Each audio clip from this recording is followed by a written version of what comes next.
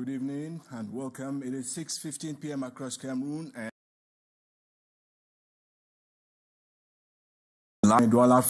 first the headlines with Sharifa Saleh.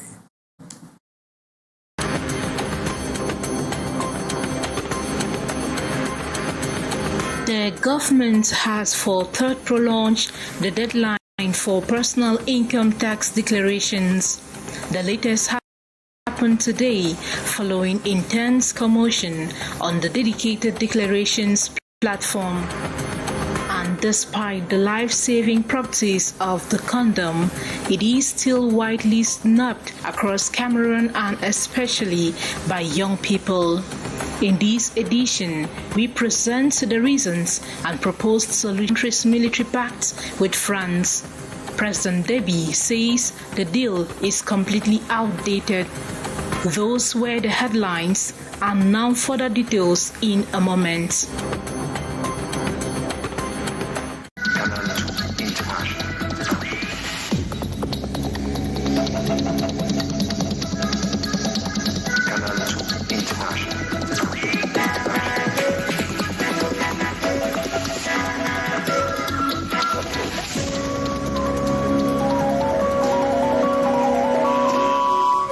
Thanks once again for your company. And as you heard there, the Minister of Finance has announced an extension for the 2023 personal income tax declarations. The new deadline set for December 9 will give taxpayers the additional time to fulfill their obligations as well as avoid penalties. Sharifa Saleh has more details. In a major relief for taxpayers across Cameroon, the Minister of Finance has extended the deadline for the 2023 personal tax declarations. Originally scheduled for December 2, 2024, the new deadline of December 9, 2024 gives individuals and businesses an extra week to fulfill their tax obligations. The communiqué emphasizes that the decision was made to address the challenges faced by taxpayers in meeting the original deadline. The extension applies to all categories of taxpayers, including salaried employees, self-employed individuals, and business owners. Under Cameroonian tax law, failing to declare personal income tax can lead to severe penalties. Tax experts have welcomed the move, noting that it provides much-needed relief in light of economic uncertainties. However, they also caution taxpayers to use the additional time wisely to avoid a last-minute rush or errors in their filings. With the new deadline in place, individuals are encouraged to seek professional assistance tax laws with the economic realities faced by taxpayers, while underscoring the importance of compliance. As December 9 approaches, the pressure will now begin. And now a new hearing in the Martinez Zogo murder months after the first session. Observers say the trial remains stalled by procedural disputes between the prosecution and the defense. Defense lawyers for media mogul Jean-Pierre Amugu Benga, a prime suspect in the Zogo's killing, have frequently sought his release. Zogo was known for his outspoken criticism of the government and especially corrupt officials. His brutal murder continues to shock Cameroon and global rights defenders, despite the arrest of several is slated for December the 23rd. Raising awareness about the importance of condoms in spreading the disease. However, in most parts of Cameroon, including in Douala, the crucial topic remains a taboo, with young people especially snubbing and hesitating to take up the life-saving practice. Morin reports. In Douala, the use of condoms as a barrier method against HIV and AIDS and other sexually transmitted infections is not widely accepted. While some choose abstinence, others believe that their partner's fidelity is enough to protect them. However, this is not always the case, and the risk of infection remains high. I have not reached that level, so I can't really tell you anything. I'm not yet involved in any sexual relationship with a partner. According to the Ministry of Public Health, young people aged between 15 and 24 account for 30% of new HIV infections in Cameroon. These alarming statistics highlight the need for increased awareness and education on the importance of condom use with a partner. I can do without a condom. It happens sometimes that you have sex without condom, but after that you're disturbed and you're forced to go and do a test to know if you're infected or not. Some young people in Douala are taking matters into their own hands, advocating for greater sensitization and promotion of condom use to prevent STDs. However, more needs to be done to address the stigma and taboo surrounding condom use in the region. It permits us to protect ourselves and avoid any infection. It protects us against diseases and unwanted pregnancies. As countries come together to commemorate World AIDS Day, December 1, experts say it is crucial that education and awareness campaigns should be prioritized to promote the use of condoms and other preventive measures to combat HIV/AIDS. Only by working together can they hope to reduce the spread of the disease and create a safer, healthier future for all. And elsewhere, farmers in the Central African sub-region are urging governments and financial institutions to increase funding for agriculture.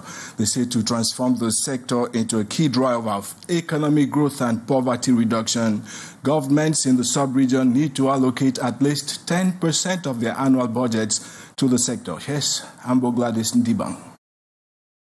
Approximately 400 million farmers in Africa are small-scale peasant farmers who play a crucial role in ensuring food security. Despite their contributions, the agricultural sector remains one of the least financed in most African countries.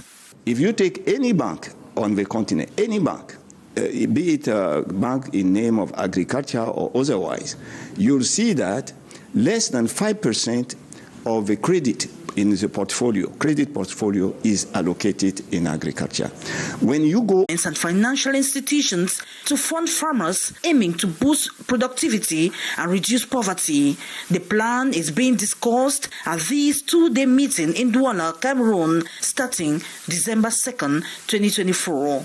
We have the most massive asset on the planet in terms of 60% of, I would say, global land space. We have this 60% to, I would say, to use as strategic asset through land reform to make financing, I would say, available to our largest group of labor, which is the women population. With shared experiences and actionable steps from this meeting, PROPAC hopes to ensure that agriculture becomes a priority sector for economic development in the sub-region.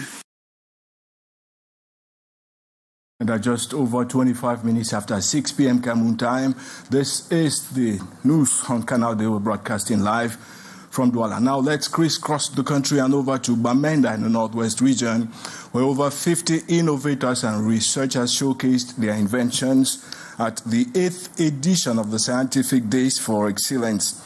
As we hear up next, the event highlighted the region's contribution to innovation and, of course, economic growth. Here's Sherifa Saleh once again. About 50 researchers and innovators have displayed their inventions and creativity at the Northwest Regional Delegation of Scientific Research and Innovation in Bamenda. This has been during the 8th edition of the Scientific Days for Excellence that ended in Bamenda over the weekend. We have so many research results, and some of the population are even using the research results, not even knowing that these research results are from research. With a theme that is inviting to the business class, benefits abound as the region's contribution to the economy. Use this Vaseline, which is very soft for the skin, good for newborn babies. Even at our regional hospital here in Bamenda, we use it for newborn babies. It is very good for everybody. They have demonstrated to us that since the launch of that policy in 2021, many things has been done. And I'm encouraging them to continue that way. The government is behind them, supporting them by many projects.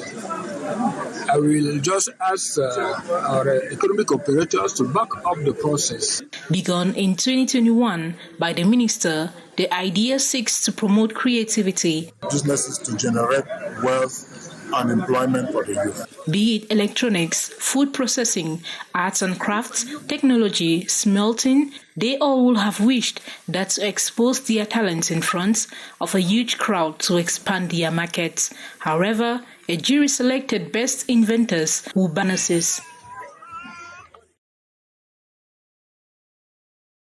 Now, the 2024 edition of the Ngoun Festival in the Bamoun territory in Cameroon's West region is nearing climax with every passing day. As you tell us, up next, hi Cynthia. The beautiful echoes of the Ngoun Festival in Fumbot this Sunday, December 1st, as the Grand Cultural Jamboree enters day 3 in the Bamoun Kingdom. The first activity of the day, a highly competitive cross-country race of 15.1 kilometers to and from the Mount Mbapit. And in a perfect show of living together, the first 3 of both male and female categories are all natives of the northwest region of Cameroon, happy to have written their names in the record books of the mountain race, with the first in his pioneer participation, breaking the record of just 1 hour 9 minutes. It's my first time to participate in this race. And well, when I entered here yesterday, the climate, the first place, became my first motivation. I felt myself capable. I thank God for this. And when I look around me, I saw those that were competing with me. They did not stress me, yes, but instead they were like learning from me. I want to say thank God for that. So the race was very nice. The way we attended it was afraid because it was already a sun time, but we have seen the wonderful that we have done. We went up to the hill without no stress and come back. I'm feeling fine in my body. Yes, I have no stress, no pain in my body. I'm feeling fine. So the race was very nice, no problem.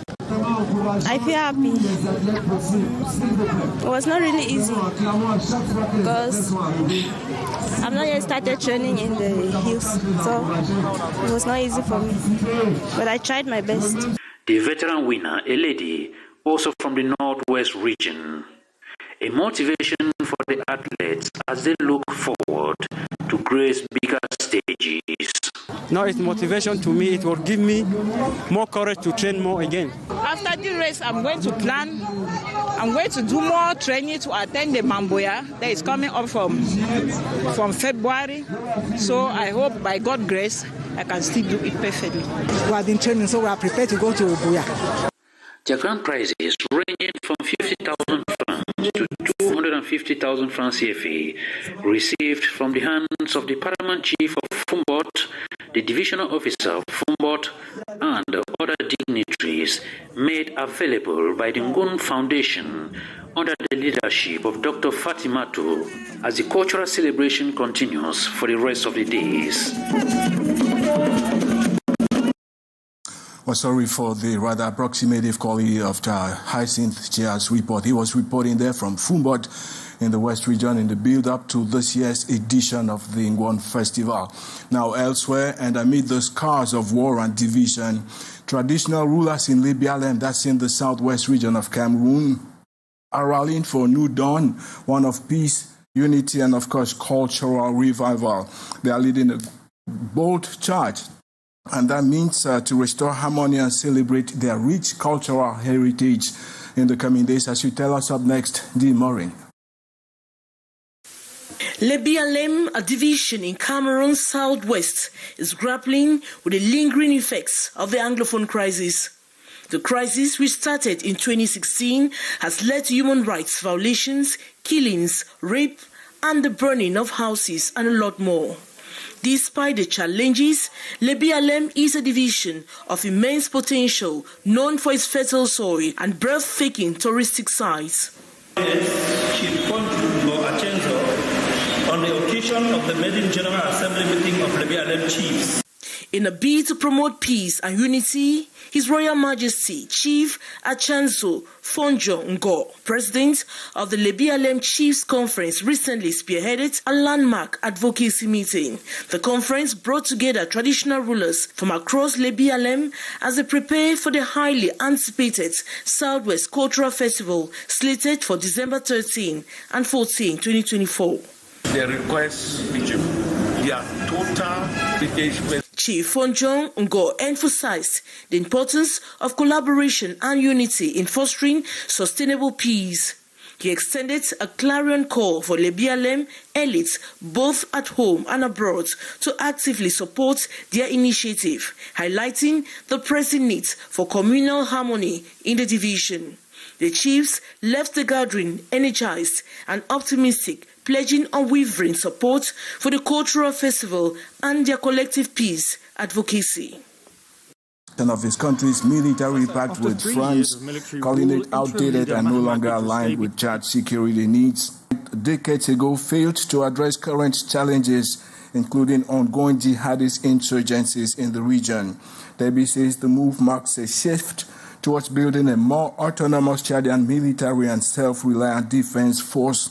Despite the rupture, Debbie says he remains open to further collaboration with France and other Western powers. Been honored with labor medals folded under the Standard Chartered Bank stands as the leading investment bank for financing projects in Cameroon. With over 38 years of presence in the country, the bank has served the people across various sectors. You know, we've been a bank that have been in Cameroon for 38 years plus. And if I take our previous entry, 100 years plus. We've built a very solid brand. We are respected by our clients. We are respected by government. We are a bank that has contributed significantly to infrastructure funding in Cameroon and for the broader development of the country. Now, the reason why I took all the time to explain this background to you, all that we have built over the 30 years plus is built by our people, the staff that have been the backbone of the bank. So the purpose of the event this afternoon is to recognize those staff that have been the backbone of the bank and ensure we've remained and continue to remain a solid brand in the country. The bank's sustained growth is anchored in the professionalism and dedication of its staff. This commitment prompted Standard Chartered Bank to recognize 42 employees with labor medals, honoring their valuable contributions to the institution's success and brand reputation. I will say when I look at staff receiving gold, silver medals, it's an illustration of how long they have been in service, not only to the bank, but to the country. But when you take that number of years, it also comes with significant investment by the bank and themselves in developing their capacity and growing their career. So my message to them is not only to celebrate this moment, but to use the rich depth and experience that they have and continue to ensure we have a solid private sector in Cameroon that will continue to contribute positively to the economic development of the country. The medals awarded in bronze, silver and gold categories reflect the diligence and unwavering commitment of the recipients. These include 15 gold, 20 bronze and 27 silver. During the medal ceremony, the Minister of Labour and Social Security, Gregoire Ouna, lauded Standard Chartered Bank for its role in bolstering Cameroon's economy and its exemplary approach to staff welfare, particularly during the transition process. The event radiated glamour as the awardees celebrated their accomplishments with colleagues, exchanging congratulations and the achievements of their loved ones. Immense thanks for the privilege of your company, and from all of us in Douala, have a great evening and see you same time tomorrow. But don't you go away, because up next, Janice Harrell Kamga comes on the debrief with a deep dive into the priorities of Cameroon's economic program for next year, 2025. Bye-bye.